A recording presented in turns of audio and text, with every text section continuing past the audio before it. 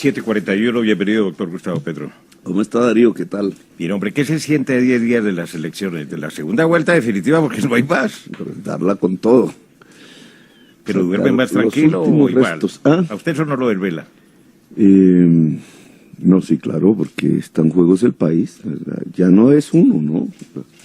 Algo de eso comentaba no hace mucho. Ya uno va perdiendo la propia autonomía individual.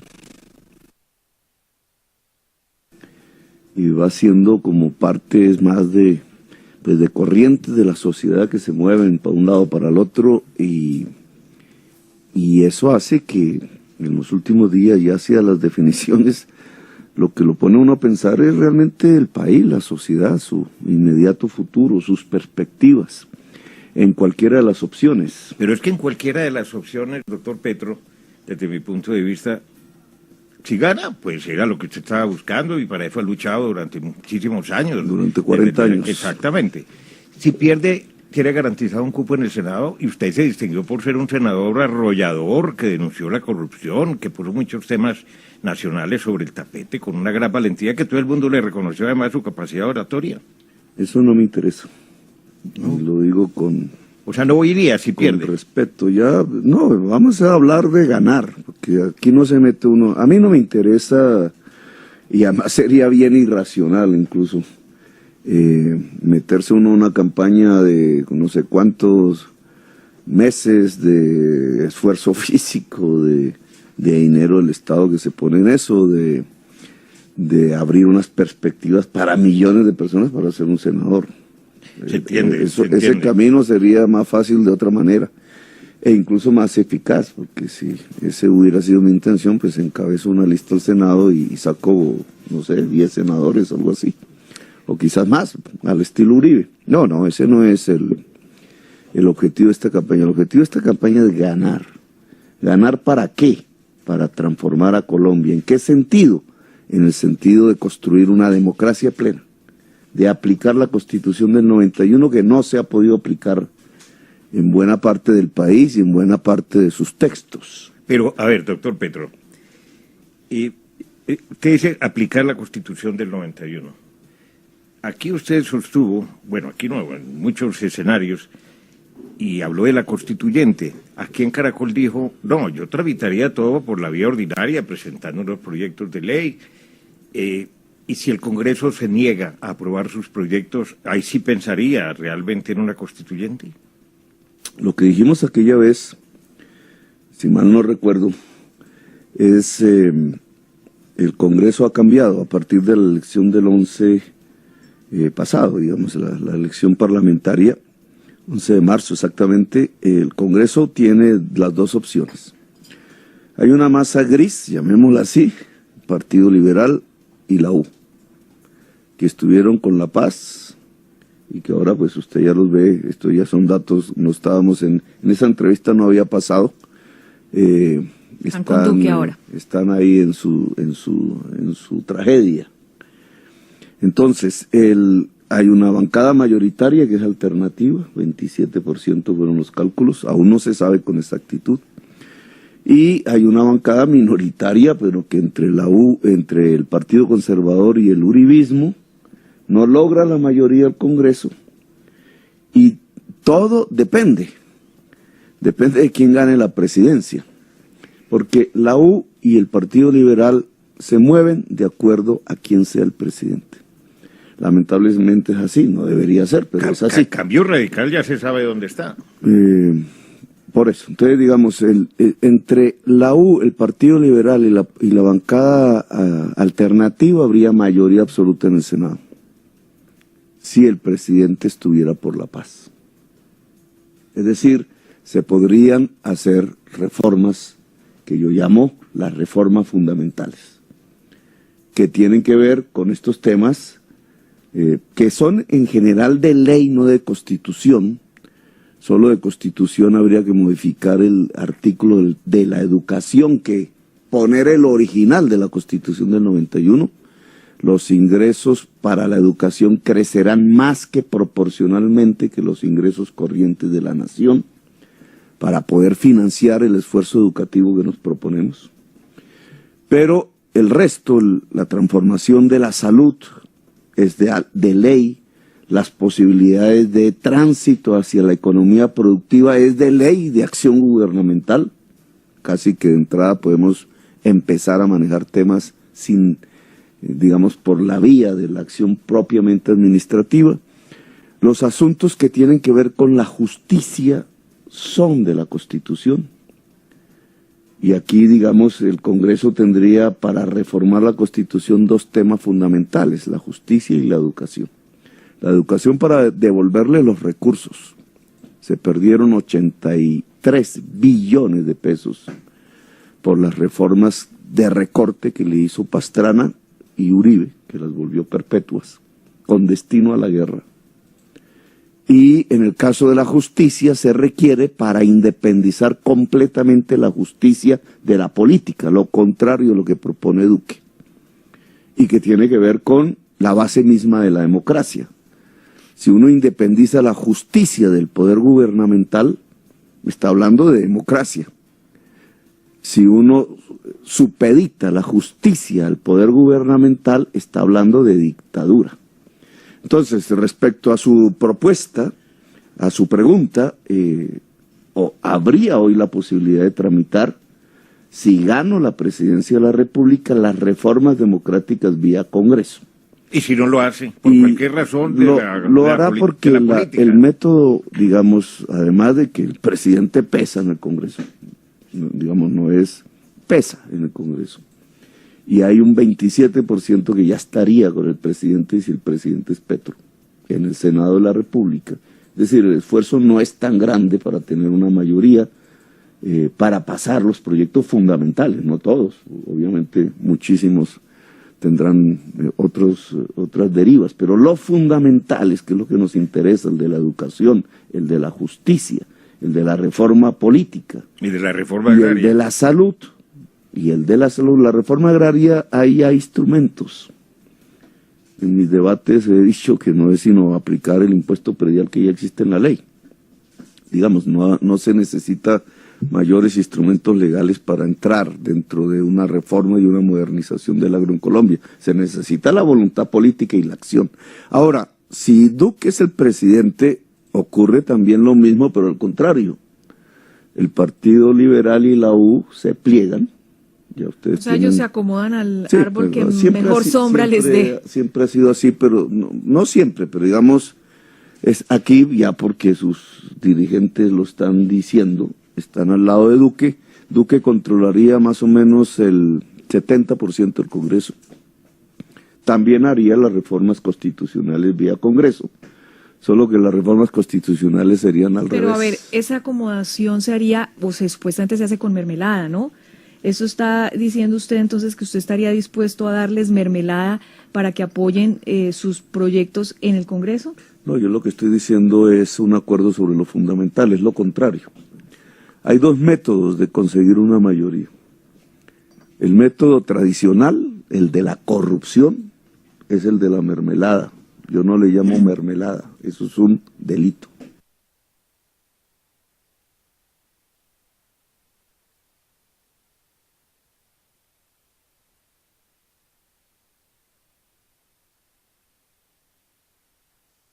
Es el de la mermelada.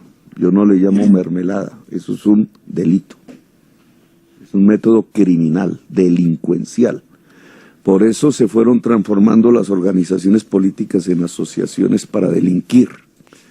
Palabras como la mermelada, falsos positivos y otras por el estilo. Cupos indicativos. Cupos indicativos. Hay un lenguaje, lo único que hacen es ocultar la realidad.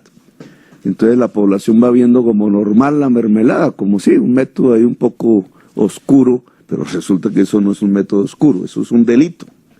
Presidente que haga eso debería estar preso, significa que casi todos los presidentes de aquí para atrás. Congresista que haga eso debería estar preso. Eso implicaría que el proceso de la parapolítica se quedaría chiquito.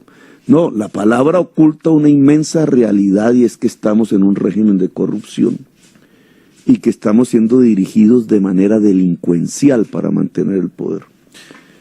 Ese no es el método de la Colombia humana, obviamente, porque nosotros hemos propuesto es acabar con la corrupción en Colombia. Y por algo los aliados políticos en esta segunda vuelta son tan diferentes. Todas las asociaciones para delinquir se fueron con Duque. Y nosotros nos hemos quedado con las fuerzas ciudadanas. Y el debate está entre ciudadanías y maquinarias. Y en esa medida, ¿cuál es el método para llevar al Congreso a tomar decisiones, sabiendo que tenemos un 27% del Senado? El método es el acuerdo sobre lo fundamental. Es decir, poner sobre la mesa las reformas y previamente llegar al acuerdo sobre las reformas entre fuerzas políticas, no entre asociaciones para delinquir, con un apoyo que es la misma movilización ciudadana, que hoy ya es un hecho y es evidente y es un nuevo dato en la política colombiana que no se va a ir, no va a desaparecer. El dato que es que hoy el electorado mayoritariamente es libre y se mueve. En esa línea, doctor Petro, ayer el Congreso, con participación de todas las bancadas por unanimidad, aprobó la consulta anticorrupción.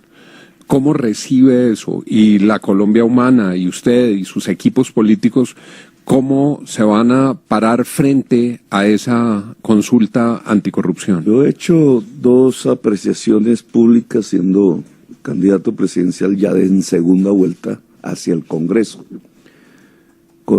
esperando unos efectos que miden esto que estoy acabando de decir, miden con el actual Congreso reacciones. La primera fue pedirles, estaba en proceso la JEP, en comisión primera, y les solicité que la aprobaran. Esa sí era más difícil, porque podían hacer, digamos, dejar pasar el tiempo y ya la aprobar, digamos, en comisión, todavía la reglamentación de la Justicia Especial para la Paz. Y la segunda apreciación que hice, solicitud que hice fue esta, que votaran por la consulta anticorrupción en el Senado. Era en cierta forma en cierta forma es poner como en un juego de ajedrez, mover una ficha, porque inmediatamente tenía que haber una reacción del Centro Democrático. Es más, me dirigí directamente al Centro Democrático. Pero apoyen la consulta anticorrupción. Solo tenían dos opciones obvias: o oponerse, con lo cual quedaba el tema de la corrupción en manos de un candidato presidencial exclusivamente, y al contrario también, o sea, corrupción y anticorrupción, y obviamente pues no son tontos, tomaron la decisión de votar, y por eso hay una unanimidad transitoria, porque ahí viene el problema y la respuesta a su pregunta. Es dentro de el presidente pondrá una fecha por decreto, es dentro de unos meses. En septiembre seguramente. Dentro de unos meses, sí, cualquiera, digamos, es otro el presidente. Depende de quién sea el presidente.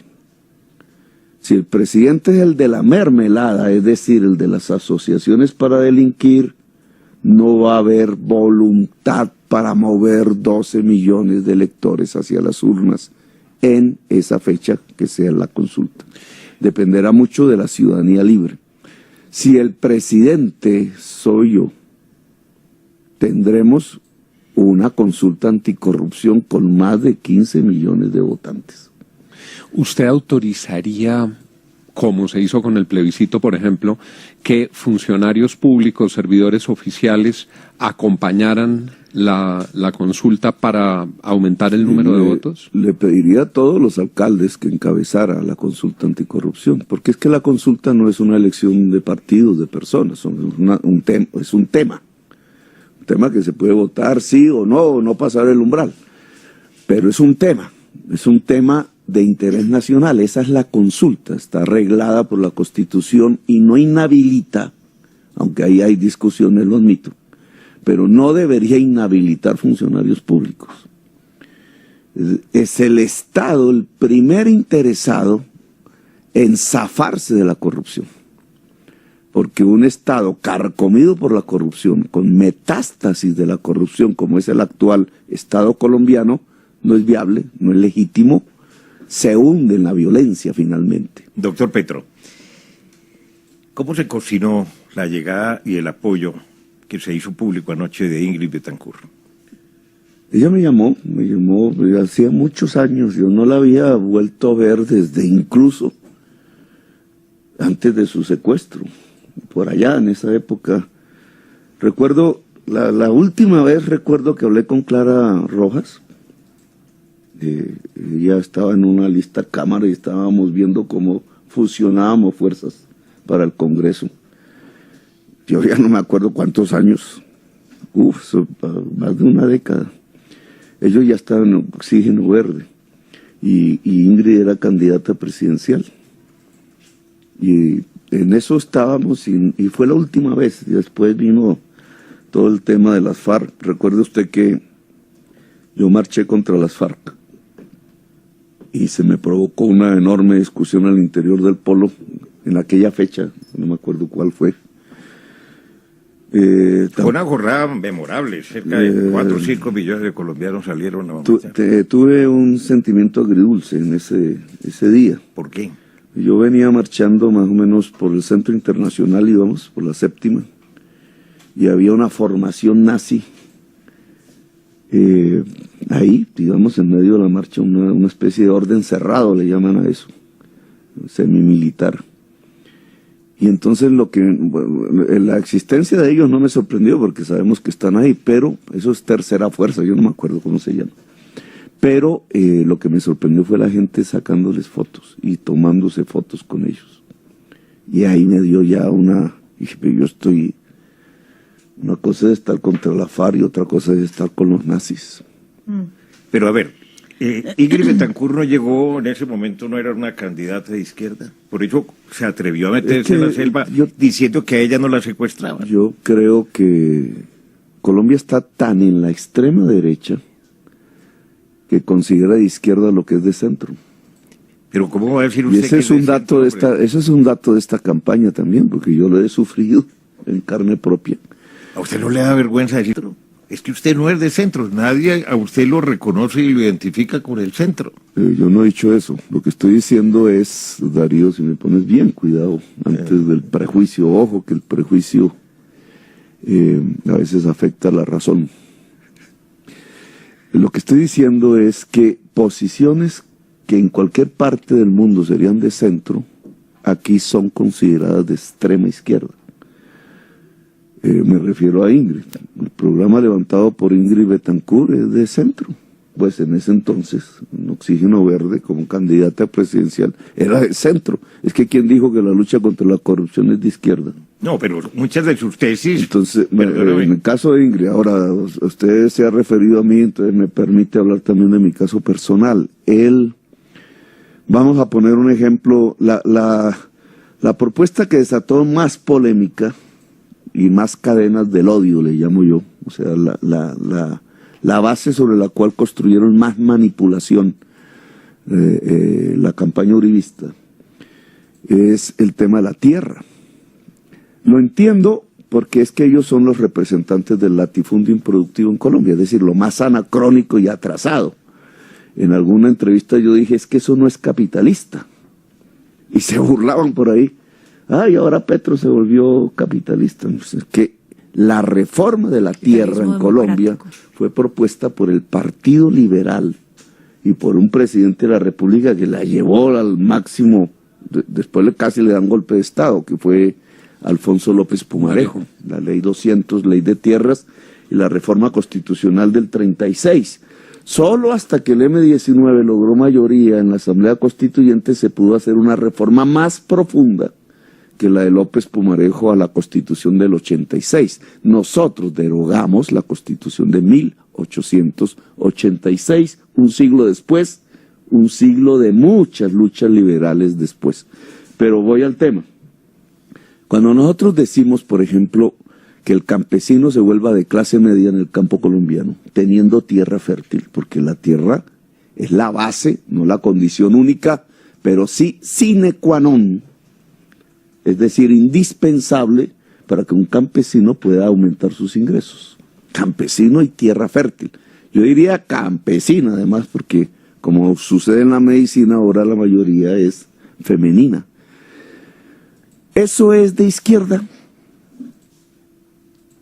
Pues si usted va a Estados Unidos o va al Canadá, por Pues poner un depende de ejemplo, cómo le vaya a dar la tierra, ¿es de izquierda o es de centro? O si va a Nueva Zelanda, entonces se encuentra que los campesinos son granjeros, es decir, tienen tal cantidad de tierra que les permite que sus hijos vayan a la universidad, que su casa no tenga nada que... Pero el problema en Colombia del estado de los campesinos es problema de propietarios. Sí, señor, es un problema de la tenencia de la tierra. Y entonces se lo voy a poner más, porque aquí ya uno empieza a tener problemas de comunicación.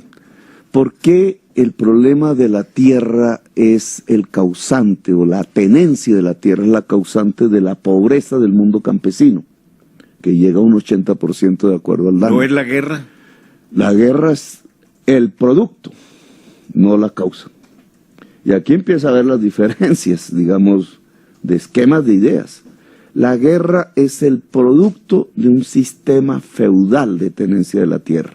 Y permítame este término feudal ponerlo, porque por eso no es capitalista. Pero usted no permitiría agroindustria, la posibilidad de explotar de manera extensiva, intensiva tierra. Bueno, entonces usted ya está hablando en términos de modernización de la tierra.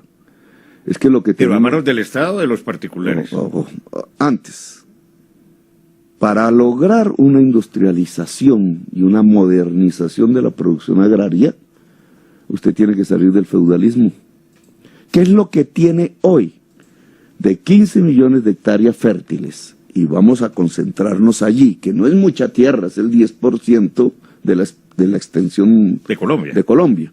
En ese 10%, que es el Valle del Magdalena, el Caribe, el Piedemonte Llanero y algo en el Valle del Río Cauca y alguito en la sabana de Bogotá, ese es los 15 millones de hectáreas, la mayor parte en el Caribe. No produce usted en 12 millones de hectáreas ni una mata de yuca. Nada. Son estepas, por ponerle, son praderas, es pasto. La esconden bajo el uso de ganadería extensiva, pero no es eso. Para ponerle la palabra exacta y no hablar de mermeladas ni falsos positivos, es la posesión que la mafia del narcotráfico hizo para lavar dólares de la tierra en Colombia. Venía de atrás el problema, venía de la incapacidad del Partido Liberal, incluso por razones de violencia, y de la incapacidad en general de la sociedad colombiana de hacer su reforma agraria, tal como lo hicieron los Estados Unidos, porque tú, Darcy, no, Vicky no. Vicky, es otra hora y en otro medio. ¿Eso sonó perverso o no sonó perverso? No. Mire, aquí cada rato a ella le dicen Darcy y a Darcy le dicen Erika. Oiga, ¿y qué tal que Darcy le dijera a usted, Chávez? Espero no haberme metido en camisa de 11 varas. No. Vicky y yo somos grandes amigas. Eso me alegra mucho. Entonces, dígame, porque aquí oiga, candidato Petro, eso es difícil encontrar lealtades, pero vamos al tema. Cuando tú dices el método es lo que diferencia, ¿cierto? Sí. El método norteamericano fue violentísimo. Es lo que vemos en las películas como La Conquista del Oeste. El método europeo fue más violento. Le quitaban la cabeza a los reyes y a las reinas. La Revolución Francesa. El método chino fue una revolución en toda la línea de la palabra y una guerra, imagínese. El método soviético ni lo cuento. Yo y López Pumarejo, y ahí la gracia de esta propuesta, eso no significaba que los gringos entonces fueran de extrema izquierda o los europeos fueran de extrema izquierda, depende. La Revolución Francesa era de izquierda, pues para Ordóñez sí, porque Ordóñez está en la extrema derecha, entonces ellos son de la idea de que todo lo que trajo la Revolución Francesa, incluidas nuestras repúblicas, porque nosotros nacemos de eso, es de izquierda, es comunista, es demoníaca, porque además lo pintan con matices religiosos porque ellos son del Concilio de Trento, imagínense lo que va a elegir a Colombia, de lo cual la Iglesia Católica se ha arrepentido y ha pedido perdón a toda la humanidad públicamente. De eso que la Iglesia Católica ha pedido perdón que es la Inquisición que mataba a mujeres porque sabían leer, y que bien lo hace el Papa, o los papas al pedir perdón hoy por eso, entonces hay un gran defensor en la candidatura opuesta, el señor Ordóñez, que es de esa extrema porque defiende el Concilio de Trento de 1532, y me disculpan si me equivoco. Oiga, doctor Petro, mire una pregunta. pregunta. Pero vuelvo al tema. Haciéndole seguimiento a su discurso, Sí.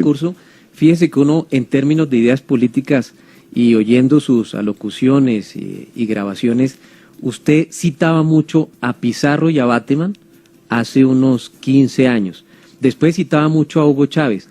Hoy cita mucho a López Pumarejo, a Galán y a Álvaro Gómez, que precisamente fue secuestrado por el M-19. ¿En qué línea ideológica de esas tres está actualmente Gustavo Petro? En su perversidad, Gracias. porque no he citado a Chávez. No lo digo hoy ahora, no, pero antes en sí. el pasado No, tampoco sí. Y bastante. pueden ustedes mirar todo. Pues como yo no borro los Twitter. Entonces pueden ustedes acceder. ¿Y sabes por qué no lo borro? Porque soy coherente. Y no porque crea que hay que pensar en doctrinas y quedarse amarrado a doctrinas. Yo sé que el pensamiento se mueve, fluye.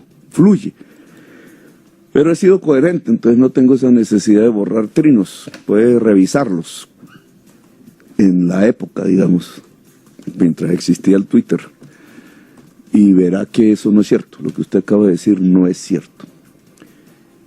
Hay una entrevista que es usted más, da si en una quiere, revista donde usted dice que Chávez está haciendo lo que el otra vez M-19... eso ya lo había dicho aquí en la pasada. Pero es para corregirle y decirle que usted me ha dicho que eso no es cierto, yo le estoy diciendo que es cierto y lo tengo acá. No cito a Chávez, no me interesa porque no veo por qué haya que citarlo ni ahora ni antes.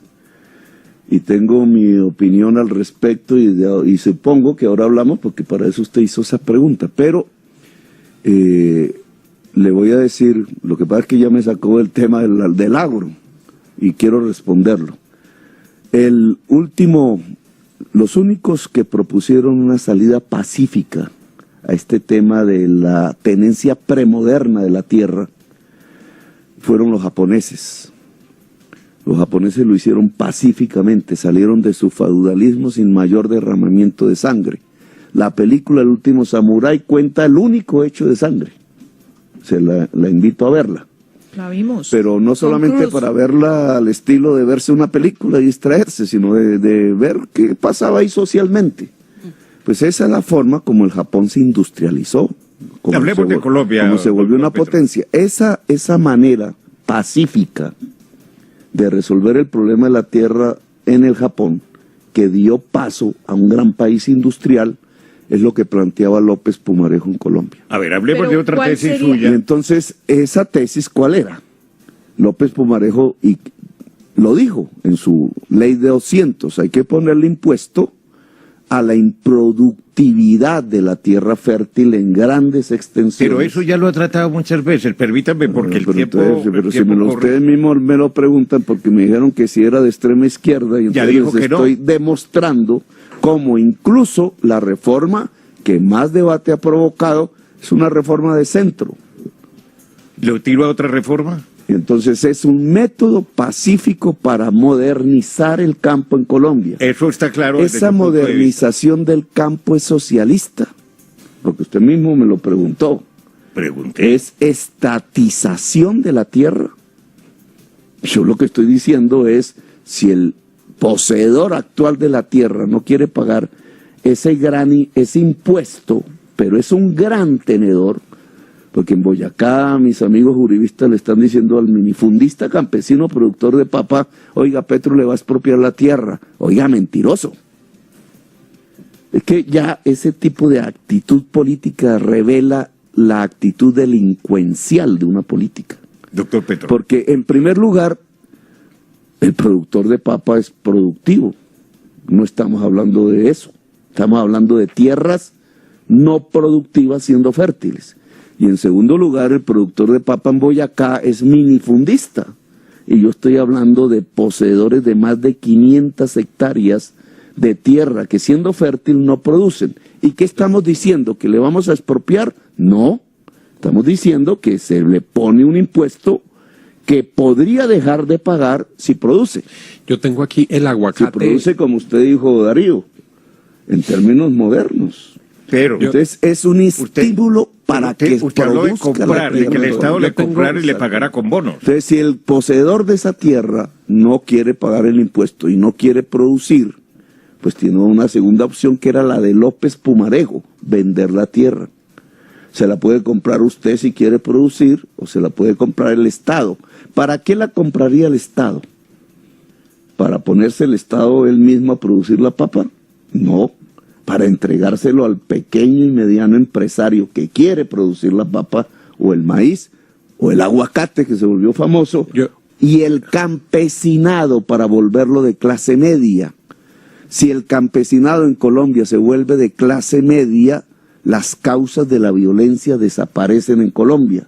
Las razones del narcotráfico desde el punto de vista de la producción de hoja de coca desaparecen en Colombia. Y económicamente tenemos un proceso de industrialización en las grandes ciudades, es decir, la posibilidad de incluir a este 60% de la población colombiana que está en las ciudades rebuscándose con ingresos por debajo del salario mínimo, en pobreza, en condiciones de volverse industriales, empresarios con iniciativa privada, pero es una iniciativa privada, Darío, que no es de 5 magnates, como hasta ahora es en Colombia.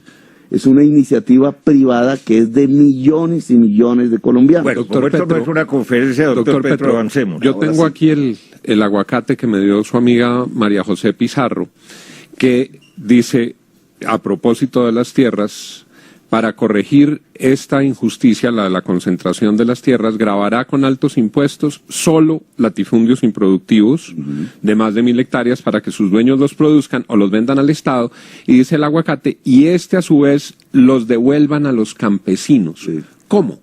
¿Cómo se devuelve? Pero eso está en la ley. Digamos, en esto no hay que inventarse. Colombia tiene una experiencia, no solamente de la ley de López Pumarejo, sino las de Carlos Lleras Restrepo. Digamos, estilo Y Incora. las recientes aprobadas en el gobierno de Santos, que permiten que, siendo una propiedad estatal, se entregue al campesinado. Eso es lo que se llama una reforma agraria. Ahora, fíjate que el mecanismo no es violento ni es de expropiación, es un mecanismo de mercado. Por eso quienes se burlan porque dije que esto era capitalismo, no, sí señores, esto es capitalismo. Lo que pasa es que Colombia en el campo, con algunas excepciones que en términos de hectáreas son muy pequeñas, en Colombia en el campo no hay capitalismo. Hay feudalismo, hay premodernidad, de ahí la violencia, el atraso, el anacronismo político. De ahí por qué el Congreso de la República, por lo menos en el que yo estuve, no voy a hablar del que sigue, en el que yo estuve cuando había un debate sobre leyes de tierras y se pedía el conflicto de intereses, es decir, quienes tengan interés ahí en la tierra pues no pueden participar, las 2/3 partes del Congreso quedaban excluidas, porque las 2/3 partes del Congreso estaban compuestas de poseedores de grandes extensiones de tierra. Eso se llama una premodernidad. Estadística, Colombia tiene la desigualdad social más grande del mundo en la tierra. Me preguntan... y Es me decir, hacen esto, cuando a usted un uribista le diga, y discúlpeme Juan, cuando un uribista le diga, no es que esto es lo normal, esto es lo natural, no, eso es lo anormal. El mundo no tiene una desigualdad en tenencia de la tierra tan grande como la tiene Colombia. Los Mire. países capitalistas tienen una equidad en la distribución de su tierra. A propósito, la SAC me hace, por ejemplo, el siguiente comentario desde la SAC. Me dicen, ¿para qué el impuesto? ¿Se puede usar la extinción de dominio de la Ley 160 de 1994 por inexplotación? Le sale gratis y solo necesita que un predio pequeño o grande esté inexplotado por 3 años. Sí, pero la SAC olvida que la extinción del dominio tiene serios problemas jurídicos en implementarse. Claro que existe la figura, pero la extinción del dominio, fíjese usted cómo son las discusiones en la política colombiana. La extinción del dominio se hace contra alguien que se le haya probado, hay un mecanismo previo, pero implica de todas maneras la condena por narcotráfico, vamos a poner. Es decir, que un narcotraficante decidió poner en la escritura su nombre. Resulta que eso no lo hacen los narcotraficantes. Los narcotraficantes ponen testaferros. Y entonces hay que descubrir que es un testaferro. Entonces aparece el juridismo diciendo, ojo, hay que poner la figura de terceros de buena fe. Esto es una discusión jurídica. Pero ¿para qué pusieron la figura de terceros de buena fe? Para esconder los testaferros. Y además me recuerdan que toda venta la que figura se hace que podría ser muy eficaz, es cierto, podría ser muy eficaz, en la práctica se vuelve, además que es coger la propiedad, es así, ¿cierto? Por decisión del Estado, se vuelve difícil de aplicar porque el mundo jurídico hecho por el Congreso de la República con mayoría parapolítica oscureció los mecanismos para que no se pudiera realizar. El impuesto es más transparente, es de mercado, es simplemente un desestímulo a la improductividad. No pregunta si el poseedor es testaferro o no, simplemente demanda que produzcan. Pero no se le olvide. Si producen, no hay problema, pero si no producen, entonces la tierra entra al mercado. Fíjense ustedes cómo hemos variado tanto hacia la extrema derecha y hacia el anacronismo, que ya se vuelve de extrema izquierda plantear que la tierra como un bien entre al mercado. Pero no se le olvide que toda venta que se hace forzada al Estado se llama expropiación. Sí, pero aquí no estamos hablando de ventas forzadas, estamos hablando de ventas voluntarias. Porque si no, Darcy, si no le vende, tú entrarías a si no vende, paga el impuesto. Pues así de simple. O si no, tú tendrías que entrar a una tienda y cuando vayas a pedir una cerveza, entonces en vez de decir, oiga, por favor, véndame una cerveza, entonces tendrías que decir, oiga, le voy a expropiar una cerveza. No confundan una venta voluntaria con expropiación. La última venta voluntaria es una venta voluntaria. La pasada vez que estuvo aquí, cuando yo le pregunté que todo ese programa tan ambicioso, que suelta tan bonito y tan atractivo, no se podía hacer en 4 años. Usted me dijo, no, en 10 o más, no sé. Entonces usted es partidario de la reelección y dijo, no, eso lo puede hacer un liberal, un conservador, habrá otro dirigente político. Si usted en este momento analiza los países que tienen desarrollado y que han hecho compatibles las políticas mineroenergéticas, todos los del norte de Europa, Alemania, Estados Unidos, en fin, pues ese ha sido un proceso de décadas, y allá son compatibles con el medio ambiente. Usted dijo, es que aquí vamos a cambiar de modelo, y evidentemente es un proceso, es empezar. Mientras que eso da resultados, eso que usted propone, de cambiar realmente el modelo económico, ¿cómo va a sustituir los ingresos del petróleo y de la minería? Me hablas de otro tema. Sí, no vamos a seguir con la tierra que está ampliamente... Tiene que ver, obviamente, porque estamos hablando de cómo Pero es que estamos hablando de la médula de los ingresos de la economía colombiana. Estamos hablando de cómo volver productiva la tierra. ¿Y en cuánto tiempo? Y nos dedicamos a ver el tema de la tenencia de la tierra, pero la producción agraria también tiene otros problemas. Y la petrolera también. Uno de esos es el modelo económico. Es correcto. Modelo económico en los últimos 25 años, un cuarto de siglo, ha privilegiado el petróleo y el carbón. En Estados Unidos igual. Fíjese usted que ha tenido... Noruega, Alemania. Fíjese usted que ha tenido diversos presidentes, y eso responde parte de su pregunta. El modelo de la extracción ha tenido el primer presidente que lo impulsó, Andrés Pastrana, que fue el que creó el Código Minero, y yo me opuse siendo parlamentario, solo que el país no entendía en ese momento las repercusiones de esa discusión. Pero él fue el que puso el Código Minero y le dio primacía a la extracción que a la producción. Después siguió Uribe, sus 8 años, ese sí que profundizó el tema, y Santos no cambió el modelo. Entonces tenemos 3 presidentes diferentes y cerca de 20 años de práctica Pero ¿cómo continua de va a ese conseguir modelo. los recursos? Entonces, ¿En 4 o en 10? No, a ver, vamos con calma. ¿Por qué Petro afirma que el modelo extractivista, que no es el de Estados Unidos, no confunda, que si en Estados Unidos se saca petróleo, entonces Estados Unidos es extractivista, ¿no? Estados Unidos es producción, Europa es producción, y esa producción en el siglo XXI de ellos, digamos, los focos, digamos, del desarrollo mundial, es en base al conocimiento y a la tecnología. Y es por eso que son países grandes y poderosos económicamente. Son países productivos y la base de su producción es el conocimiento y por tanto la tecnología. ¿Y eso no se puede aplicar en Colombia? Bueno, entonces es lo que yo quiero. Pero no acabaría entonces con la industria Es lo que yo quiero. petrolera. Entonces, ahora, ¿por qué en Colombia, que se le asigna como buena parte de América Latina, incluida Venezuela, y Chávez no dijo ni mu para oponerse a eso? Y por eso yo no lo cito, porque va en contravía de lo que yo opino. Ese modelo extractivista, que no es, vamos a explicar la palabra, producir es una actividad humana que transforma cosas, ¿cierto? Y coges la tierra, el agua y produces aguacate, o coges el aguacate y lo vuelves champú. Es una actividad humana. Implica trabajo, implica saber, implica tecnología. Extraer no es propiamente el trabajo humano.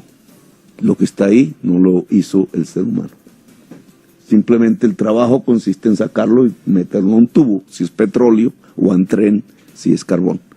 El trabajo es menor. Y entonces y no necesitas mucho saber. Ni la sociedad trabaja alrededor de la extracción, sino una parte muy pequeña de la sociedad. Entonces, a nosotros nos dieron eso como lo que tienen que hacer, sacar petróleo y carbón para que ese petróleo y carbón sea energía en los países desarrollados. ¿Qué pasa en la economía cuando eso se hace? Cuando eso se hace, usted tiene poco trabajo sacando petróleo y carbón y le entran miles de millones de dólares, que es a lo que se refiere Darío. Llegó a ser 38.000 millones de dólares al año y parte se va al Estado y financia al Estado vía regalías, impuestos, etcétera, impuestos al petróleo. Cuando eso sucede, en la economía pasa como cualquier cosa que aumenta la oferta.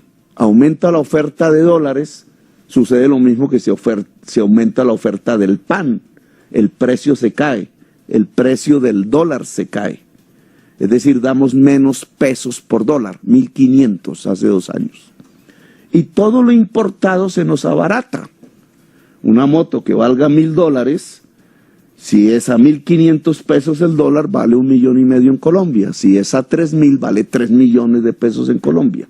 Luego el petróleo provoca en su esplendor, en su boom exportador de altos precios, un abaratamiento de todo lo importado. Pero ¿con qué dólares? ¿Cómo va a sacar usted los recursos que generan ya voy para allá, en impuestos y en empleo? Estoy explicándole a la audiencia esto no es una conferencia. y a usted, Darío, la enfermedad holandesa. De esa nos habló la vez pasada. Si el dólar se abarata y todo lo importado se abarata, empiezas a arruinar la producción nacional agraria e industrial. Y entonces haces una política económica del bobo. Sacas un producto que te trae miles de millones de dólares, pero con poco trabajo nacional, 300,000 puestos de trabajo en carbón y petróleo, y matas una serie de cadenas nacionales hasta el café. El solo café tiene 1,5 millones de puestos de trabajo. Esa es la política del bobo, porque te vas quedando sin puestos de trabajo. Por eso nuestras ciudades se inundaron del rebusque.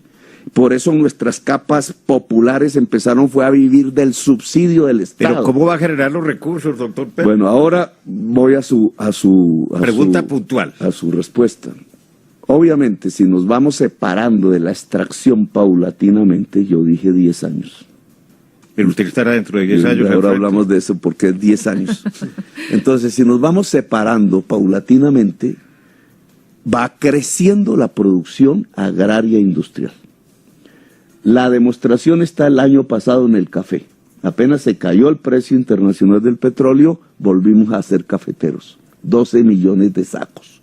La economía colombiana no entró en depresión como la venezolana porque nos salvó la agricultura, nos salvó el café. Pero no solamente el café es un componente de las exportaciones muy breve, muy chiquito. Bueno, ahora, no, pues de eso vivimos durante todo el siglo XX. Pero ahora, es que aquí se han diversificado las exportaciones no y que han convivido, muchísimo, no, y en valor y en Darío, cantidad de productos. mírate las estadísticas del DANE de exportaciones colombianas año pasado o año antepasado.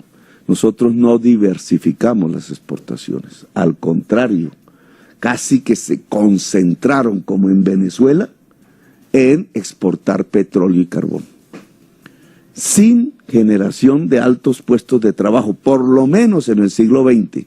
Cuando exportábamos era café, el café era intensivo en puestos de trabajo, y por eso tienes una región cafetera relativamente rica comparada con el resto de Colombia, que vota por Duque, entre otras cosas, pero no se ha dado cuenta que el veneno a su propia riqueza, que es lo que mataría el café de nuevo en Colombia, es precisamente ese modelo de extracción de petróleo. Ahora, en las finanzas públicas, que es su pregunta, es decir, en lo que tiene que ver con el Estado. El ingreso ingreso derivado de petróleo y carbón para el Estado colombiano hace 2 años se desplomó.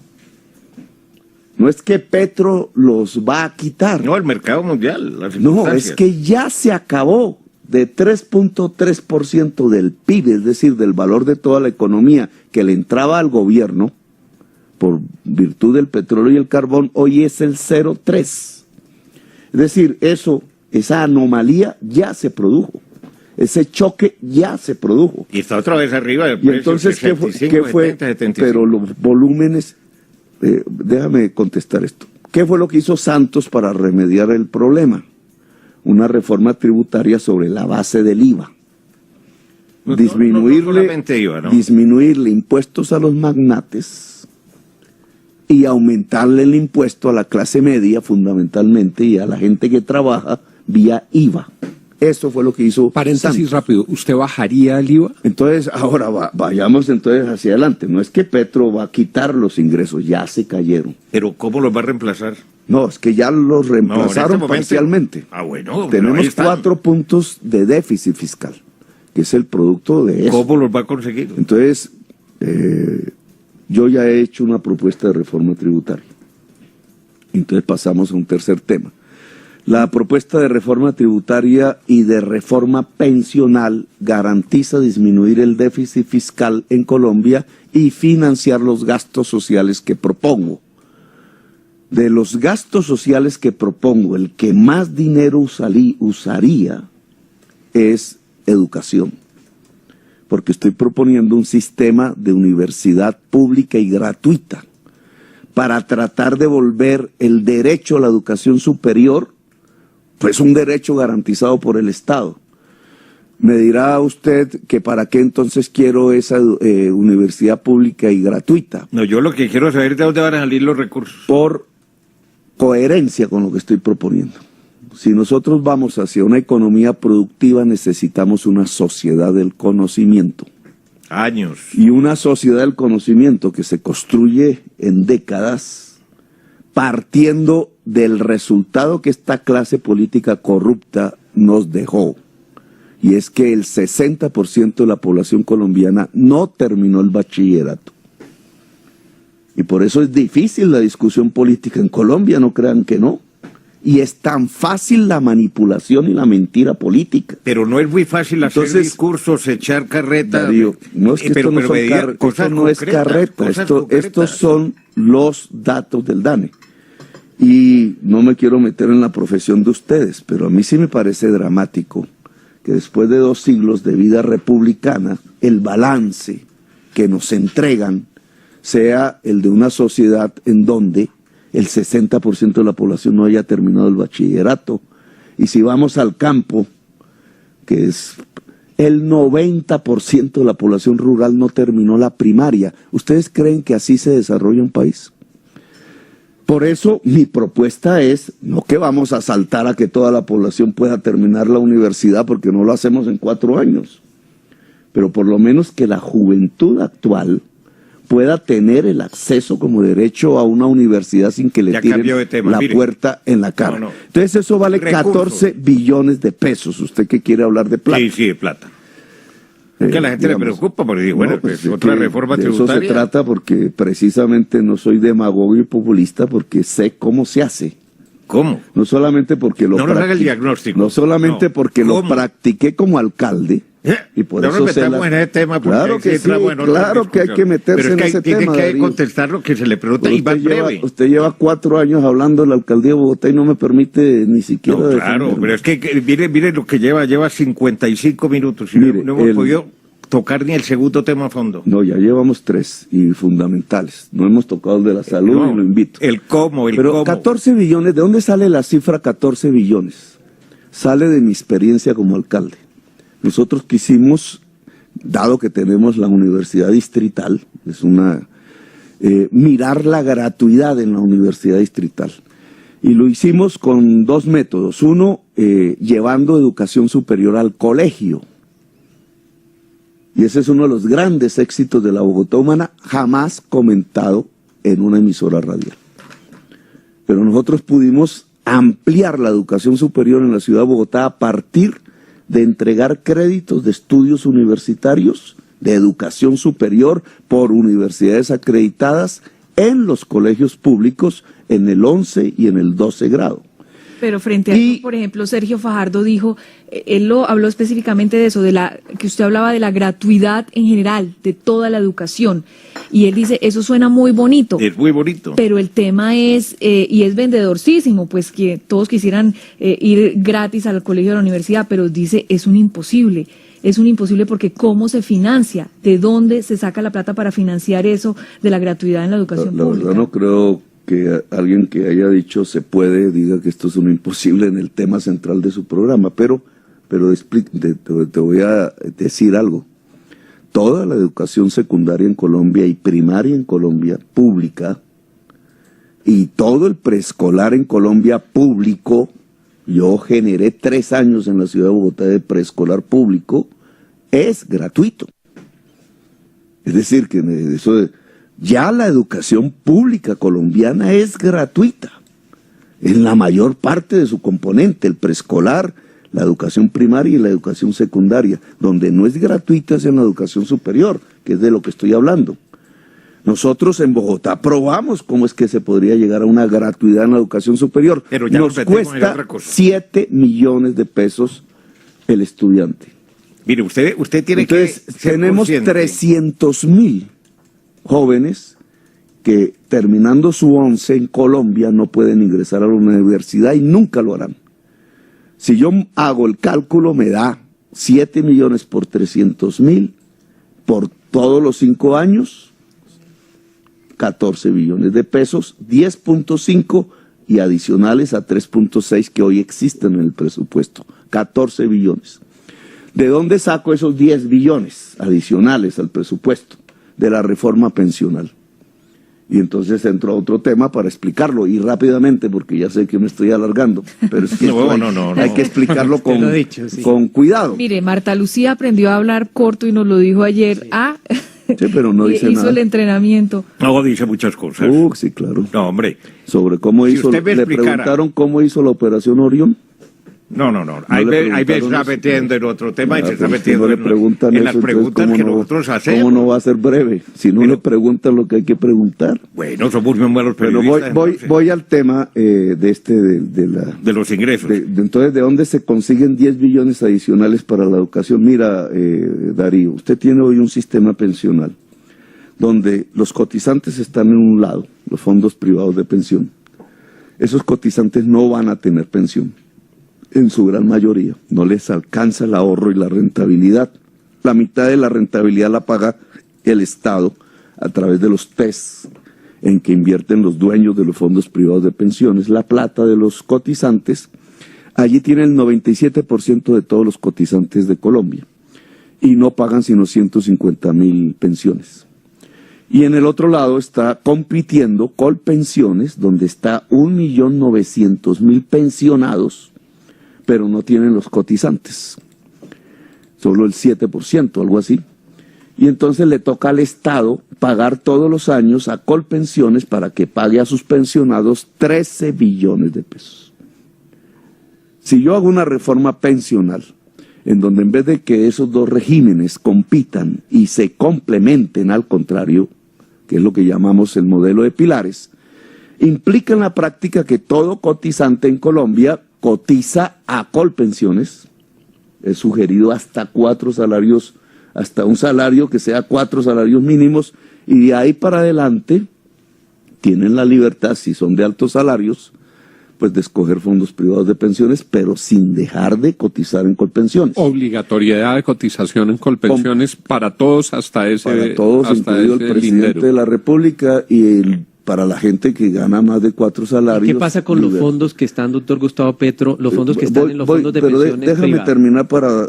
¿Eso qué provoca? Que el Estado deja de pagarle a Colpensiones 13 billones porque ya los cotizantes pagarían los actuales pensionados. Ese es lo que se llama el modelo de reparto simple. Que no es comunista, no es socialista, no es castrochavista, es lo que opera en Europa. O sea, es lo que opera en Uruguay. Para ponerlo en palabras simples, a ver si le entendí, doctor Petro, es todos los que cotizamos en Colpensiones, luego esas pensiones no solamente van a servir para mi pensión, sino las vamos a repartir entre los que no cotizan o entre los que no tienen pensión. Colpensiones por cotizar con unos requisitos que se miden en número de semanas trabajadas y edad. Un requisito de edad. Todos los que entran a Colpensiones adquieren el derecho a tener pensión. La pensión no es una cosa depende, como en el fondo privado, depende de cuánto ahorró, sino que en Colpensiones tienes el derecho a tener pensión. Hay una cosa que llaman allá tasa de recuperación, una palabreja que indica cuánto sería esa pensión de acuerdo a su salario último. Los 10 últimos años. Sí, entonces es en Colpensiones del 75% de su promedio salarial promedio último. De los últimos 10 años. En los fondos privados hoy solo es del 22%. Pero volvamos a Colpensiones, entonces de ese promedio que me hacen a mí, no solamente es mi pensión, sino yo también tengo que colaborar para las otras personas que no cotizaron lo suficiente. Se llama solidaridad intergeneracional, pero es el cotizante está pagando el actual pensionado. Entonces mi pensión va a ser más bajita. No, porque tú tienes ya un derecho que es el 75% de tus últimos 10. El balance y el equilibrio es diferente, pero ese es el modelo de reparto simple. ¿Qué garantiza el modelo de reparto simple? Que tú tienes una pensión, que es para lo cual uno ahorra, una pensión, y que el Estado no estaría pagando esos 13 billones que hoy paga. Pero ya son derechos adquiridos. Ah, bueno, ahora vamos a otro... No, sí, es que ya nos metemos en otro... No, pero a ver... La gente me está pidiendo, por favor, sí, concreten.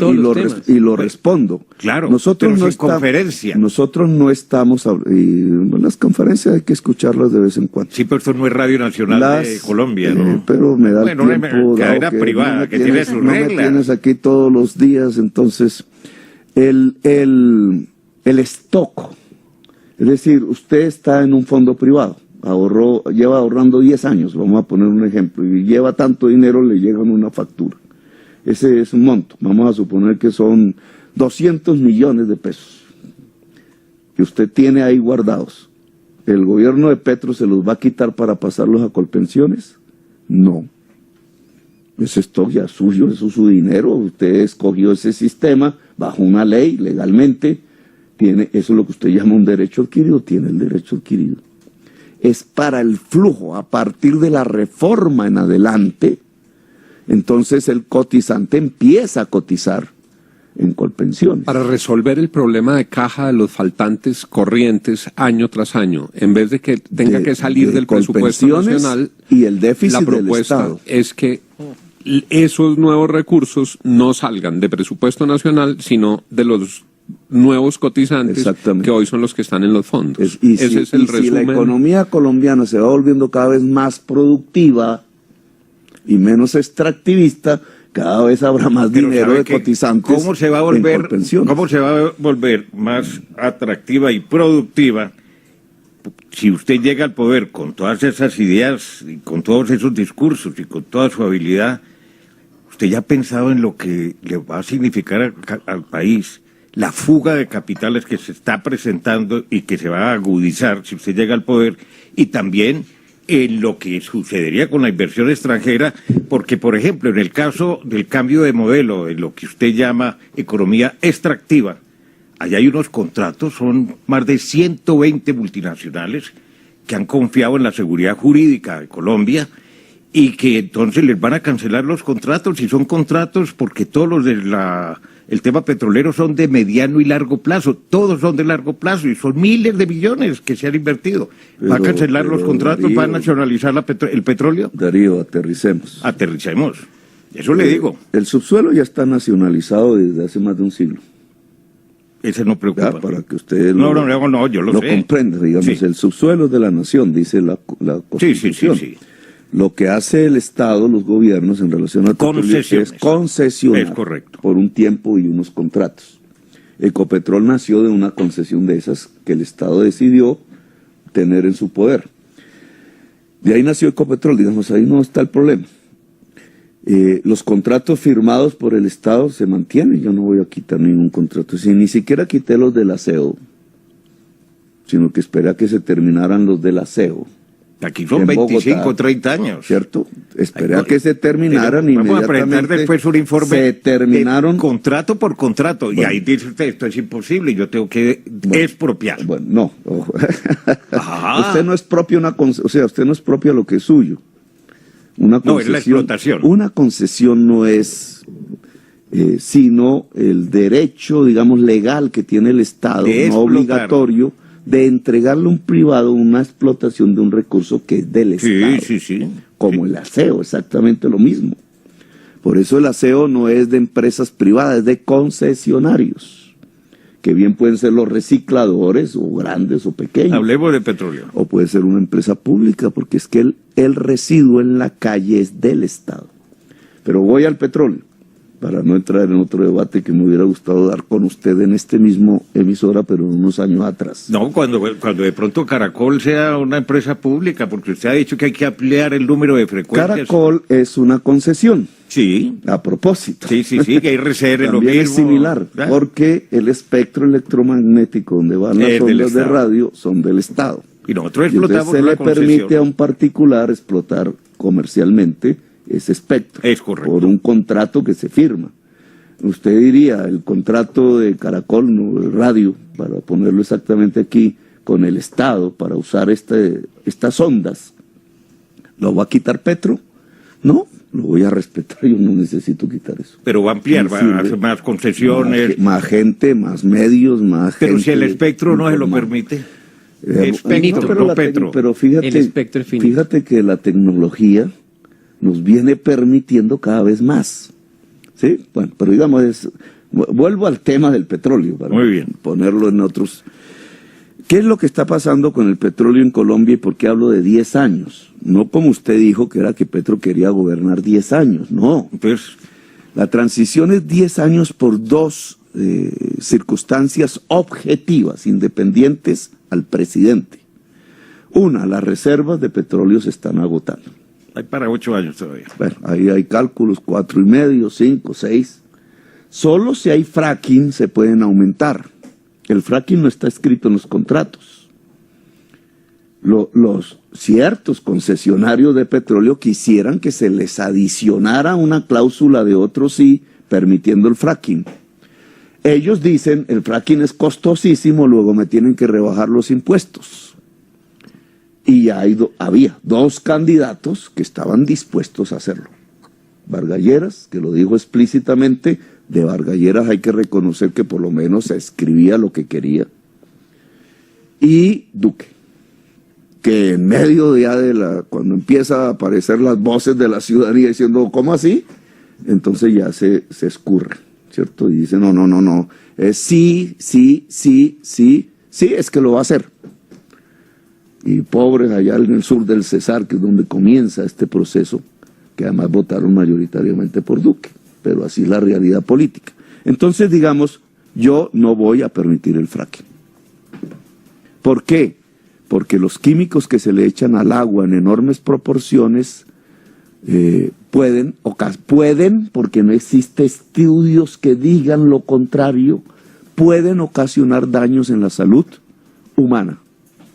Y por el principio de precaución, eso no va. Pero hablemos de los acaban contratos con el agua. actuales. Estoy hablando de los contratos actuales. Fracking, no, Entonces, no listo. vamos a permitir el fracking. Ok. ¿Qué significa eso? Que va a haber un agotamiento, a menos que aparezca un milagro de Que eso. puede llegar a ocurrir. Bueno, pero no, hoy estamos sobre los datos existentes. Va a haber un agotamiento de reservas petroleras. Por eso, aún si aumenta el precio del petróleo como este año, la exportación de petróleo colombiano disminuye en valor de dólares. ¿Por qué? Porque cada vez estamos exportando menos porque se está agotando las reservas. La producción es En el prácticamente caso la del misma. carbón, que sí tenemos muchísimas reservas para quemar en 3.000 años, lo que le pone el límite es la decisión mundial de no consumir más petróleo. Que Más ya, carbón, que ya más está carbón. haciendo Carbón. carbón, que ya está, porque el carbón es el que más daño produce en términos, digamos, de CO2, de calentamiento global. Entonces ya esa decisión está tomada. Y llevan 10 años una reducción drástica de compras de carbón. Claro, nuestros políticos con la política de avestruz diciendo es que Petro es un extremista, es un comunista, es un castrochavista, pues el castrismo y el chavismo dependían era del petróleo. Estoy proponiendo lo contrario, es que aterricemos en este mundo y nos demos cuenta en qué mundo vivimos. Este mundo está diciendo que no le va a comprar el producto que más exporta Colombia. Y ya está produciéndose ese hecho. Entonces, ¿qué es lo que debe hacer un gobernante responsable? Poner la alternativa. Que en la medida en que se va disminuyendo la exportación de carbón y petróleo, va apareciendo la nueva. ¿Y la nueva qué es? Producir en la tierra y en la industria. Mientras tanto, Producir en base del saber. Ya tenemos una crisis. Hay un 4% de déficit fiscal por la caída del petróleo y del carbón. Yo aquí ya propuse una salida. Si hacemos una reforma pensional. ¿Quién se opone a la reforma pensional que propongo? Los dueños de los bancos, porque son los dueños de los fondos privados, porque controlan esos 238 billones, que es plata de los ahorradores, de la gente que trabaja. Pues no les gusta, pero es que es un problema de razonamiento. Si mantenemos ese régimen que no da pensión, pero sí control monetario al dueño del banco, el Estado colombiano quiebra, colapsa, y si colapsa no hay negocios. Se ha tratado de vender la tesis de que Petro tiene un programa antiempresarial. Eso no es cierto. Son dos visiones de cómo crece una empresa. Unos políticos populistas, demagogos y corruptos le vienen diciendo al empresario que si le bajan sus impuestos, produce más y gana más. Eso es una mentira económica. Porque el otro, Petro, les está proponiendo es que si más gente sale de la pobreza, más gente le compra sus productos y entonces crecen más. ¿En dónde está la realidad económica? En que bajar impuestos, es decir, desfinanciar el Estado, es decir, no invertir en educación y salud, va a hacer crecer las empresas en Colombia. Eso es un error de aquí a Cafarnaúm, porque la empresa no crece por los impuestos, la empresa crece si le demandan y le compran sus productos. Y la demanda de sus productos depende de que la gente tenga recursos para comprar, es decir, que salga de la pobreza. El programa de Petro es el que garantizaría el crecimiento empresarial en Colombia. En cambio el otro, el demagógico, que se ve fácil, y mucha gente cree y cae en esa trampa, terminaría arruinando la empresa colombiana. ¿usted se cree un mesías? No, ¿para qué? Hago mis propuestas. Pero es que pareciera en que, es que plaza, todo lo que se ha hecho en 200 años que tenemos de país, poco más, pues aquí no hay nada y hay que refundar la patria. Pero, amigo Darío, ¿qué balance usted hace de su propia sociedad cuando es la tercera más desigual del planeta? Cuando los niveles de corrupción se tomaron el Estado, como advertía en su momento Luis Carlos Galán.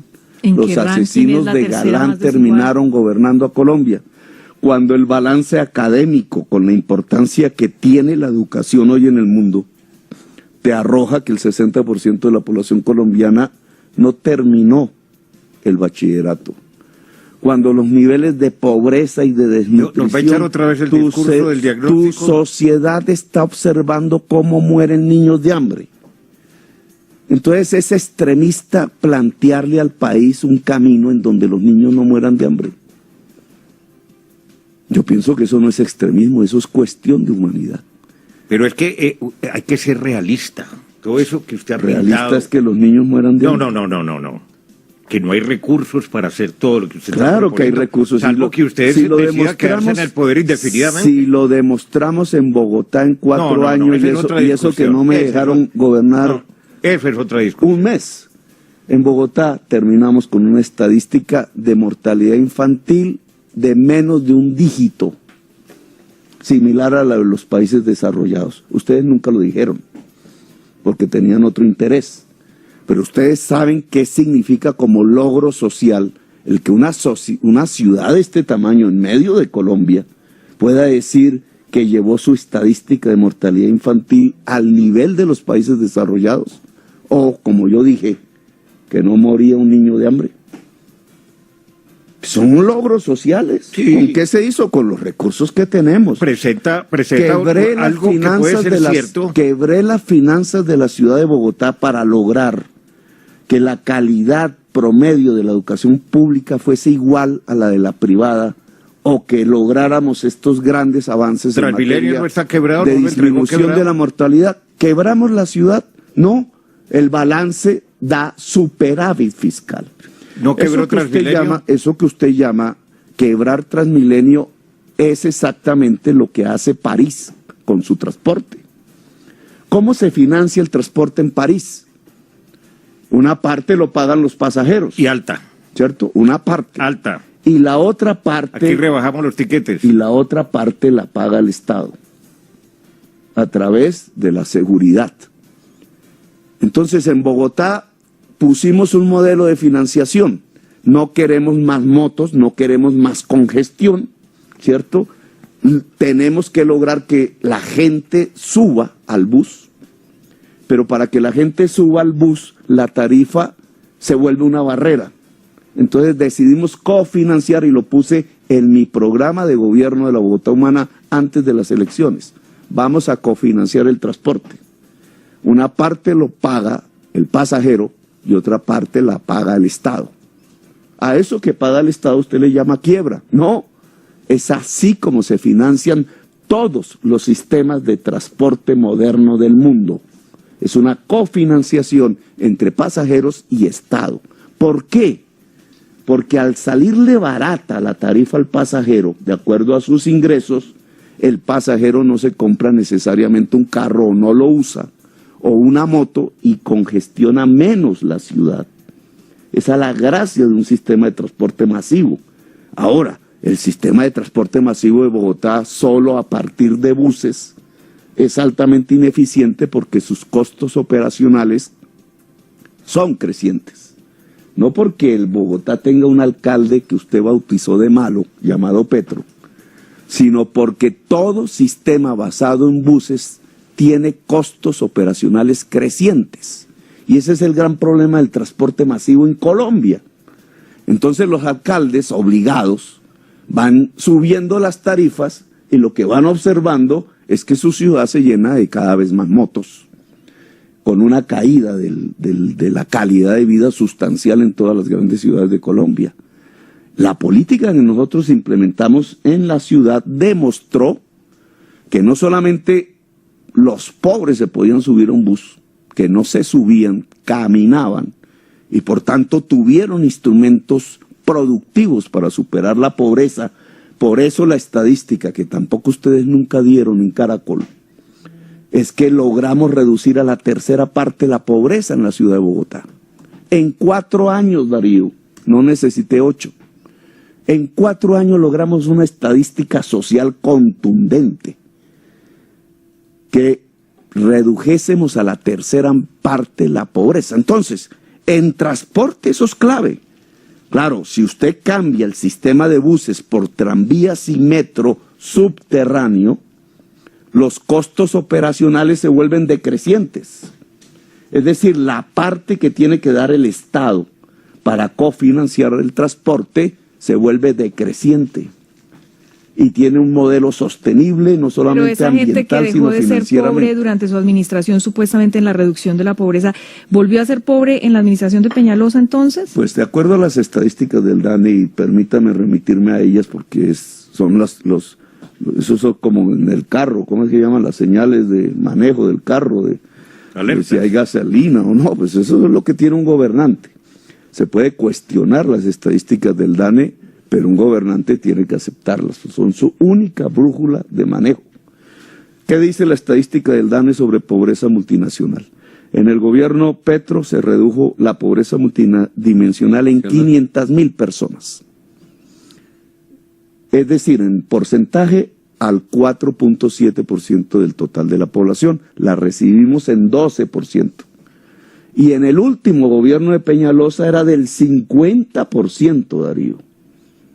Es decir, un balance objetivo de la ciudad de Bogotá es que es exitosa en materia social. Redujo en 12 años, eso que llaman aquí los propagandistas, los 12 años terribles de la izquierda, porque fue la izquierda la que gobernó a Bogotá, redujo la pobreza del 50% al 4.7%. 3,5 millones de personas dejaron de ser pobres. ¿No me creen? Miren Fontibón. Ahora esas personas votan por Duque. ¿Aún durante la administración de Samuel Moreno? Peñalosa, aún. Es una caída continua de la pobreza en Bogotá. Vayan a Ciudad Bolívar. Los barrios en Ciudad Bolívar hoy son multifamiliares en la parte baja con carro. Vayan a Engativá. Engativá es una localidad de clase media.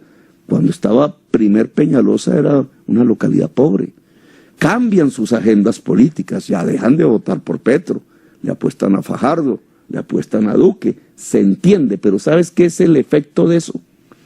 O la causa de eso, que la ciudad se enriqueció más equitativamente. Ahora, ¿qué pasó con la estadística del DANE año 2016? Porque no sacó la del 2017, que aumentó la pobreza en 200,000 personas. Hay más población también, ¿no? Sí, pero no tanto porque el crecimiento demográfico de Bogotá es del 1.4%. Doctor Petro, Digamos, Bogotá... Pero la gente, los desplazados y la gente que incluido. El Bogotá, crecimiento de Bogotá es del 1.4 y va en descenso. Bogotá va a llegar a 0 crecimiento poblacional. Hablemos un momento de Bogotá, que se vuelve políticamente muy interesante. En Bogotá no ganó Duque, en Bogotá no ganó Petro, en Bogotá ganó Fajardo. Estamos casi empatados los tres. Sí, claro, pero, digamos, pero ganaron. Pero sí, el que más votos sacó, sacó fue Fajardo. Sí. ¿Qué le está diciendo usted a los votantes de Fajardo? Ahí está un punto clave. De eso depende las elecciones. Me equivoque o no me equivoque, digamos, ahí es donde está. Si cogemos la última encuesta, solo sin mencionarla, digamos, ya te da un empate entre el Petro blanco, ¿cierto?, y Duque. Es decir, la posibilidad de ganar está ahí, en que el blanco vote por Petro. Ahí, de acuerdo a esa encuesta, sin ir a pormenores. ¿Y si vota por Duque? No, pues ahí es donde está el punto, digamos, hacia dónde se mueve. Y Bogotá es crucial. Ese potencial de votantes de Bogotá 3. va a ser absolutamente digamos, el definitorio. estrato 3 se está definiendo, porque digamos, el estrato 2 y 1 y la juventud se fue con Petro. ¿Usted va a aceptar los resultados tal cual el 17 de junio? Lo voy a mirar si hacen fraude o no, obviamente. Pero si pierde el porque es mi derecho, fraude. Digo, es mi derecho, y es el derecho de toda la ciudadanía. No, claro. Ya vio usted cómo manipularon los C-14. Eso no es que se hizo solo para Petro, eso viene haciéndose desde hace tiempos en Colombia. Pero como había que mostrarlo, porque después me dijeron incendiario y extremista porque lo dije, pues ahí ya puede usted ver lo que pasó con los E-14, 4,000 E-14 adulterados. Pero vamos al tema, sí, es cierto, yo lo vengo planteando desde el año 2015, la agenda del estrato 3, en la medida en que se enriqueció relativamente porque tiene apartamento, tiene casa, pero tiene deudas, y entonces es vulnerable, le pasa lo mismo que a mí si Si mis ingresos se vuelven cero, mis deudas me comen y me mandan a la sexta porra. Así está el estrato 3, ¿cierto? Pero todo fue por usted, porque aquí el gobierno nacional, el crecimiento de la economía, la disminución del empleo. El petróleo, si quieres saberlo, también el petróleo en sus altos precios tuvo una relativa redistribución, estilo Chávez, familias en acción, casas gratis, etcétera, financiadas con el petróleo, pero que no es sostenible. Entonces, he ahí la vulnerabilidad del problema. Entonces, digamos, lo que dice Juan es cierto. Si el estrato 3 se mantiene en blanco o se va a Duque, pues perdimos. Si el estrato 3 se va a Petro, ganamos las elecciones de Colombia. Y está en veremos. En este momento está en veremos el estrato 3 urbano de Colombia, de las grandes ciudades. Y obviamente Bogotá se vuelve clave. Ese habitante de Suba, estrato 3, que es un asalariado o es un pequeño cuentapropista, le llaman ahora, o en Fontibón o en Kennedy, ese es el que puede determinar, conjuntamente con sus iguales en Cali, en Medellín y en Barranquilla, quién es el presidente.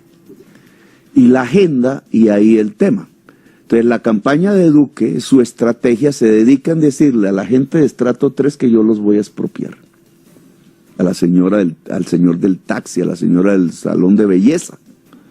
Que ellos no hablan del latifundio, no hablan de esto que hablamos aquí. No, hablan es del señor taxista, del señor que tiene su negocito en cualquier barrio de Bogotá o de Medellín. Es una mentira, pero esa es su estrategia. Ellos saben que si esa mentira es captada, ganan. Su estrategia es la mentira. A mí me toca ¿La suya no es la demagogia? Sí, pero ya, a ver, si usted, Darío, me puede probar que la reforma pensional que propuse no le entrega al Estado colombiano 13 billones de pesos para financiar la educación superior que propongo, me puede decir demagogo. Pero primero tiene que demostrármelo. Sí, pero mire, es que usted está pensando en la fuga de capitales, usted no me puede, en la desinversión. Y le iba a responder el tema de la fuga de capitales. Cuando yo llegué a la alcaldía, ¿la inversión extranjera en la ciudad de Bogotá aumentó o disminuyó? Por la economía general del país también. ¿Aumentó o disminuyó? No lo conocían y conocían a fondo sus propuestas. Otro es el Petro. Al contrario, aumentó. Digan las cosas como es. Las calificadoras de riesgo internacional, esas que ustedes publican aquí de vez en vez, aumentaron la calificación, es decir, disminuyeron el riesgo de inversión en Bogotá mientras yo fui alcalde, o al revés. Pues díganlo, aumentaron la calificación de inversión. Porque no solamente aumentó el volumen, sino que las calificadoras de riesgo... Hay pánico con usted en ciertos sectores. No, señor, no hay pánico. Y la demostración de eso, y deje de decir mentiras, Darío. Disculpe. No, señor, son maneras de ver las cosas. Usted está induciendo a sus oyentes y usted me está induciendo a sus pensar votantes que si yo gobierno va a haber pánico económico. Lo mismo dijeron exactamente el día antes de mi posesión en la alcaldía. Y me iniciaron un proceso penal, el señor abogado de Uribe, el señor Granados, que tuvieron que exonerarme alrededor del precio de las acciones de la empresa de energía de Bogotá. Ustedes pueden ir a mirar en la Bolsa de Valores qué pasó con el precio de acción de la empresa de energía de Bogotá durante mi gobierno. ¿Usted era el único dueño? La recibí, sí, somos dueños en un 72%, yo era el presidente de la junta directiva y puse el gerente. Usted allá es socio de Luis Carlos Sarmiento. Y el señor Luis Carlos Sarmiento está ahí solo en potestad de que administra los fondos privados de pensiones. Los verdaderos propietarios minoritarios de la empresa de energía de Bogotá son los cotizantes de fondos privados de pensiones. ¿Le ha ido mal con Sarmiento como socio?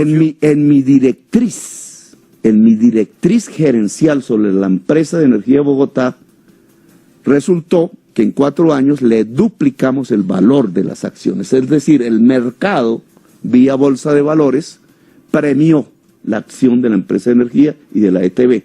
La pregunta no es si a Petro le fue bien con Luis Carlos Sarmiento, sino que a Luis Carlos Sarmiento le fue bien con Petro, porque él mismo también aumentó en su cuota de propiedad sobre la empresa de energía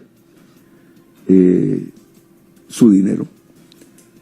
Doctor. Mire la diferencia entre el puente de Chirajara y la empresa de energía eléctrica de Bogotá. El puente de Chirajara estaba bajo auspicio del gobierno nacional y se cayó.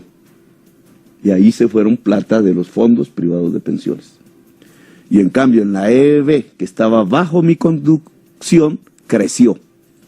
¿Quién era el mal gerente? Y dentro de ese manejo de la Y desde empresa, ese punto de vista, ahora, hacia la nación, ¿ustedes creen que un gobierno como el de Petro, que está mostrando cómo se disminuye el déficit fiscal, cómo se hace una reforma que estimule la producción tributaria y no que se recarga sobre la clase media, como hizo Santos y como propone Duque?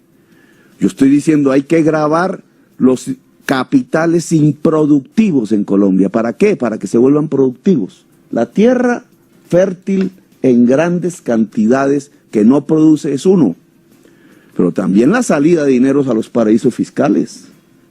O eso no se llama fuga de capital. Esa es la verdadera fuga de capital y es a manos llenas en Colombia, producto de orígenes oscuros del dinero. Pues yo no voy a permitir que se fugue el capital de esa manera. Si van a remesar dineros al exterior, debe haber un impuesto que ya existía en Colombia, el impuesto de remesas, porque ese es un impuesto sobre la improductividad.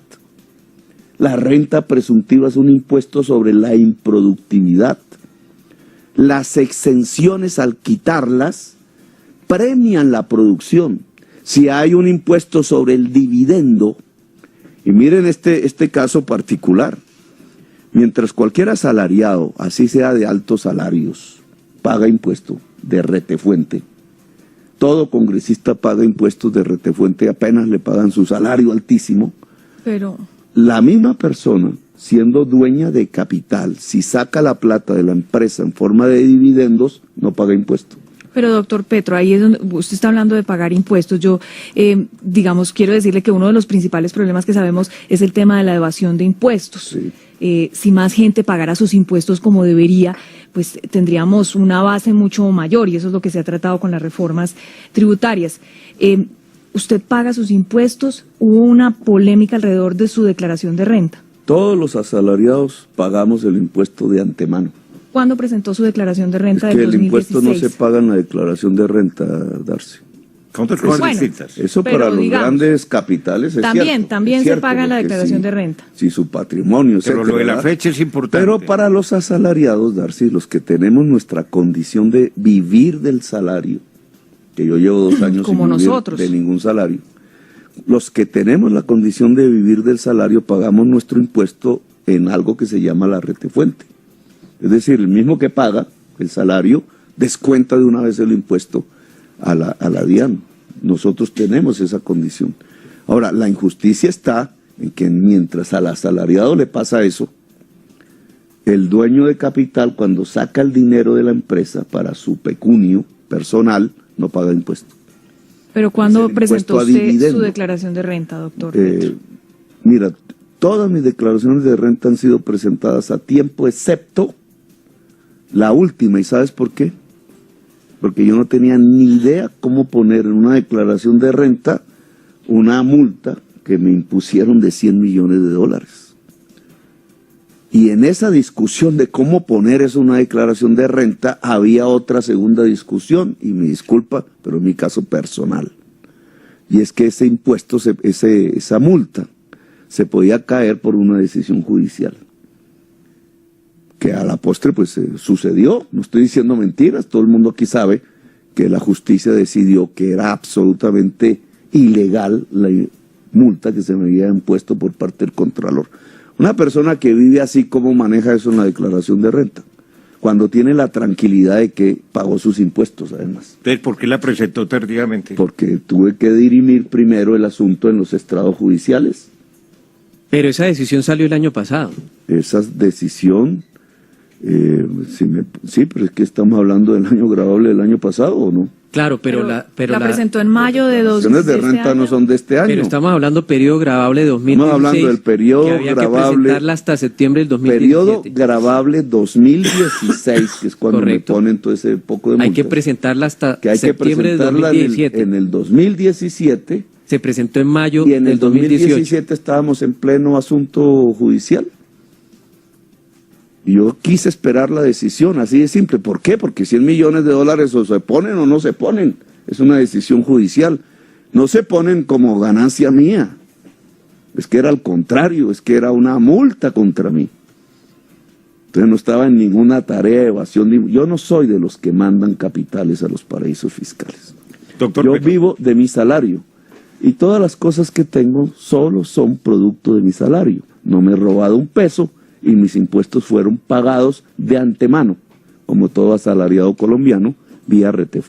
me dice su asesor que se tiene que ir ya, Pero, que tiene una entrevista en El Espectador, lleva ahora 32 minutos. Ay, Darío, pero entonces, como usted me había llamado demagogo, entonces le dije No, que no, me no, demostrara. no, eso es Él la está apreciación. muy amañado. Son apreciaciones. Pero imagínense si no. No hablamos de la salud, pero lo dejamos. Unirlo Que con Azúcar eso la dejamos si Colombia, usted que llega a las 3 de ser la mañana, presidente. No, Si llega a vamos ser a ser presidente. presidente. Ya les mostré cómo las encuestas van marcando que no le respondí al final, que es cierto, porque sí depende. Usted tiene toda la razón. Esperemos las encuestas Todo que va a salen. depender Que de salen, ya salió una la hoy actitud política y otra del sale estrato. el Han próximo salido viernes. dos. Ya han salido dos. Y otra sale de aquí al viernes. El jueves De aquí sale- al domingo. El jueves sale otra que quiero que publique. Con mucho gusto. ¿Quién- Y el quién es viernes el- salió otra que quiero una que vea. pregunta? La única que no es de los medios de comunicación. ¿Cuál es? De las que ¿Cuál? conozco. De las que conozco hay, bueno, cada medio tiene su Volteado. Ayer salió su Jan alianza, Haas. ¿no? Esa alianza. Pero hay una que es independiente y fue la que atinó, que es la del CELAC. Doctor Petro, ¿qué hay de Mocus? Sáqueme de esa curiosidad. Ayer hablé con Ángela Robledo en una conversación pública y ella recordó lo cercana que ha sido a Mocus y ha dicho, estamos pendientes de la decisión de Mocus. ¿Usted sabe algo? Si el profesor Mocus Ahí- lo va a acompañar a usted, si va a votar en blanco, ¿qué Claudia López. pistas hay sobre Mocus? Yo quería acabar de contestarle la propuesta que yo hago. Le había dicho que al estrato 3 le dicen que lo voy a expropiar, ¿cierto? Y esa es su temor. Y no dije que proponíamos nosotros para el estrato 3, adicional al tema de la educación superior gratuita, que sería una gran ventaja. Disminuir los costos financieros, bancarios. Vía quitar el Costos o gota a gota, intereses. que es en Colombia, es millones de colombianos son juzgados crédito usurero de la mafia. Pero también disminuir los costos financieros de la banca privada vía competencia con una banca pública. Y esa reducción de costos financieros es lo que puede asegurar el crecimiento de la clase media y evitar su caída hacia la pobreza, que es lo que llamamos la vulnerabilidad. Pero me decías que era Mocus. Mocus. la Yo pregunta. la verdad no he hablado con él. Me pareció lamentable la incapacidad de construir un gran bloque histórico en Colombia, de parte de todas estas figuras que han dicho que blanco, empezando por Fajardo. Lamentable, ¿por qué? Porque es una oportunidad histórica, porque no se va a repetir en 4 años. En 4 años tenemos dictadura en Colombia. ¿Por qué? tanto, perpetuación del poder, porque controlan las 3 ramas del poder público. Esa es la definición de dictadura. Usted puso en su Twitter una imagen de un tarjetón en el que detrás del voto en blanco está el rostro de Álvaro Uribe. Yo no lo puse, pero sí hay... o lo retuiteó, que o hay anda mucha por ahí. gente que se pone en esa. Pero ¿usted cree que realmente yo sí estoy eso es el voto en efecto? blanco es instrumento que puede servir para diversos objetivos. Cuando habían candidatos únicos paramilitares, en el Cesar, en el Magdalena, el voto en blanco era el mecanismo, porque no había por quién escoger. Hoy, el voto en blanco elige a Duque, y lo ve usted en las encuestas. Solo sume Blanco y Petro y ya no es Duque el presidente. Pero no es cercenarle un derecho fundamental a la gente que No, quiere nadie abstenerse. está hablando de cercenar, estamos hablando de, Abstención de pasiva, selección, que estamos está hablando de reconocido que por la el Constitución del voto 91. en blanco termina ayudando a Duque. Eso no se llama cercenar, eso se llama saber cuáles son las actitudes Depende políticas. cómo se diga. Entonces, el voto en blanco lleva a la victoria a Duque. Y los líderes, porque ese es el tema fundamental, que siendo la expresión de ciudadanías libres, ¿Se refiere a Fajardo, a la calle? Al no concurrir a un gran bloque histórico, les pueden estar propiciando es la caída del país en una dictadura. Y serán perjudicados no solo Petro, Petro es el que menos quizás sea perjudicado. No solo ellos, en primer lugar, sino la sociedad colombiana. Entonces, mi invitación es a decidir. Claro, alguien podría decir, es que el voto en blanco se puede ir a Duque. Yo estoy convencido que el voto en blanco se va a Petro y que ganamos. Y que si ganamos, cambiamos a Colombia. Y no en sentido dictatorial ni demagógico, en el sentido de la revolución en marcha de Alfonso López Pumarejo, en el sentido de la Constitución del 91, que por primera vez tendría un gobierno para aplicarla, queriéndola, en el sentido de construir una democracia plena que significa una sociedad de derechos y libertades. Muchas gracias, doctor Gustavo Petro. La próxima semana estará aquí, también de cuerpo presente, el mismo tiempo que estuvo Gustavo Petro, Iván Duque. Son las 9:10.